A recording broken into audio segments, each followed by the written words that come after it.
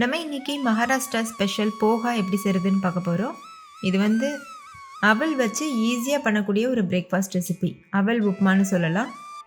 இது செய்கிறதும் ரொம்ப ஈஸி, டேஸ்ட் ரொம்ப ரொம்ப சூப்பராக இருக்கும். ஒரு டைம் செஞ்சிட்டிங்கன்னா அடிக்கடி செய்ய சொல்லி கேட்பாங்க, அவ்வளோ ருசியாக இருக்கும். இட்லி தோசை மாவு இல்லாத நேரத்தில் இந்த மாதிரி இன்ஸ்டண்ட்டாக போஹா செஞ்சு கொடுங்க. வெரைட்டியாக சாப்பிட்ட மாதிரியும் இருக்கும், ஈஸியாக வேலை முடிஞ்ச மாதிரியும் இருக்கும். ஓகே, வாங்க இந்த ரெசிபி எப்படி செய்கிறதுன்னு பார்க்கலாம். ஹாய் ஃப்ரெண்ட்ஸ், என் பேர் Abhi. Welcome to Indian recipes Tamil. வீடியோக்குள்ளே போகிறதுக்கு முன்னாடி நம்ம சேனல் இந்தியன் ரெசிபீஸ் தமிழை சப்ஸ்கிரைப் பண்ணிக்கோங்க. கூடவே இருக்க பெல் சிம்பலையும் கிளிக் பண்ணிக்கோங்க.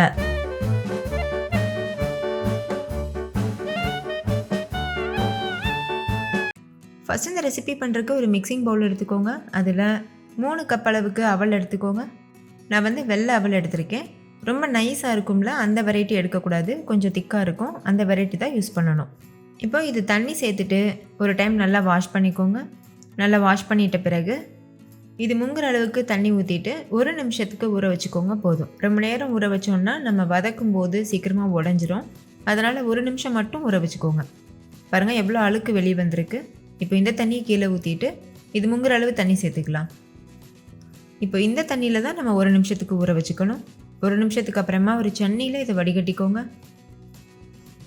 அவல் ஊறிட்ட பிறகு நல்லா சாஃப்ட் ஆயிரும். நீங்கள் கையில் தொட்டு பார்த்தீங்கன்னா நல்லா நசுங்கி வரும். அப்போ அது கரெக்டான பக்குவத்தில் இருக்குதுன்னு அர்த்தம். இப்போ பாருங்கள், தண்ணியை வடிச்சிட்டு எடுத்துகிட்டு வந்தாச்சு. கொஞ்சம் கூட தண்ணி இருக்கக்கூடாது. இப்போ ஒரு கடாய் சூடுபடுத்திக்கோங்க. அதில் 2 டேபிள் ஸ்பூன் எண்ணெய் சேர்த்துக்கோங்க. நான் நல்லெண்ணெய் யூஸ் பண்ணியிருக்கேன், நீங்கள் எண்ணெய் வேணாலும் யூஸ் பண்ணிக்கலாம். அதில் 1/2 கப் அளவுக்கு வேர்க்கடலை சேர்த்துக்கோங்க. பச்சை வேர்க்கடலை சேர்த்துட்டு லோ ஃப்ளேம்லேயே வச்சு இது முறுமுறுவாக வர வரைக்கும் வறுத்துக்கோங்க. இந்த போஹாவுக்கு டேஸ்ட் கொடுக்க போகிறது இந்த வேர்க்கடலை தான், அதனால் ஸ்கிப் பண்ணிடாதீங்க. நீங்கள் இது கூட சேர்த்து முந்திரி பருப்பு சேர்த்துக்கலாம். நான் பொதுவாக எப்போதும் செய்யும்போது வேர்க்கடலை மட்டும் போட்டு தான் செய்வேன். இப்போ பார்த்தீங்கன்னா தெரியும், நல்லா முறுமுறுவாக வறுந்து வந்துருச்சு. இப்போ இது எண்ணெயிலேருந்து வெளியில் எடுத்துகிட்டு வேறு ஒரு பிளேட்டுக்கு மாற்றி வச்சுக்கோங்க. கடைசியாக நம்ம போஹா செஞ்சு முடிச்சக்கப்புறமா இதை போட்டுக்கலாம். ஓகே, இப்போ இது ஒரு ஓரமாக இருக்கட்டும். இப்போ அதே எண்ணெயில் 1 டீஸ்பூன் கடுகு சேர்த்துக்கோங்க. 1 டீஸ்பூன் சீரகம் சேர்த்துக்கோங்க. கடுகு சீரகம் நல்லா பொரிஞ்சதுக்கப்புறமா ஒரு பெரிய சைஸ் வெங்காயத்தை பொடியாக கட் பண்ணி சேர்த்துக்கோங்க. கூடவே 2 பச்சை மிளகாய், ஒரு கொத்து கருவேப்பிலை, கொஞ்சமாக புதினா இலைகள் சேர்த்துக்கோங்க. புதினா இலைகளும் கட் பண்ணிவிட்டு சேர்த்துக்கோங்க. கருவேப்பிலை வந்து கட் பண்ணணும்னு அவசியம் இல்லை, அப்படியே போட்டுக்கோங்க. இப்போ உப்பு சேர்த்துட்டு இது நல்லா வதக்கிக்கோங்க. உப்பு சேர்த்து வதக்கும் போது வெங்காயம் சீக்கிரமாகவே வதங்கிடும். வெங்காயம் நல்லா வதங்கினதுக்கப்புறமா 1 டீஸ்பூன் மஞ்சள் தூள் சேர்த்துக்கோங்க. சேர்த்துட்டு இதையும் நல்லா மிக்ஸ் பண்ணிடுங்க. இந்த ஸ்டேஜில் நம்ம ஏற்கனவே ஊற வச்சு வடிகட்டி வச்சுருக்கோம்ல அவல், அதை சேர்த்துக்கோங்க. சேர்த்துட்டு இந்த மாதிரி மிக்ஸ் பண்ணிக்கோங்க. நல்லா ஜென்டலாக கலந்துக்கோங்க, இல்லைனா அவல் உடஞ்சி போகிறதுக்கு சான்ஸ் இருக்குது. நான் வீடியோவில் காமிச்சிருக்கேன்ல, இந்த மாதிரி கலந்துக்கோங்க.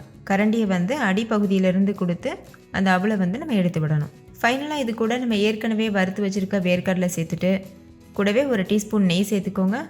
நெய் சேர்க்கும்போது நல்ல வாசனையாகவும் ஒரு ரிச்சான டேஸ்ட்டில் இருக்கும். அதுக்காக உங்களுக்கு நெய் வாசனை பிடிக்காதுன்னா நீங்கள் ஸ்கிப் பண்ணிக்கலாம்.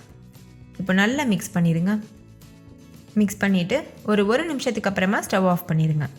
அவ்வளோதான், ரொம்ப ஈஸியான டேஸ்டியான போஹா சூப்பராக தயாராகிடுச்சு. கண்டிப்பாக நீங்களும் இதே மெத்தடில் ட்ரை பண்ணி பாருங்கள். வீட்டில் இருக்க எல்லோரும் என்ஜாய் பண்ணி கேட்டு வாங்கி சாப்பிடுவாங்க. முக்கியமாக குட்டீஸ்க்கெலாம் இது ரொம்ப ரொம்ப பிடிக்கும். நீங்கள் லஞ்ச் பாக்ஸில் கூட வச்சு கொடுத்து விடலாம். நல்ல ஃபில்லிங்காகவும் இருக்கும். லஞ்ச் பாக்ஸ் வந்து ஃபுல்லாக காலி பண்ணிட்டு வருவாங்க. ஓகே ஃப்ரெண்ட்ஸ், இந்த வீடியோ உங்கள் எல்லாருக்கும் ரொம்ப பிடிச்சிருக்கும்னு நம்புகிறேன். பிடிச்சிருந்தா லைக் பண்ணுங்கள், உங்கள் ஃப்ரெண்ட்ஸ் கூட ஷேர் பண்ணுங்கள்.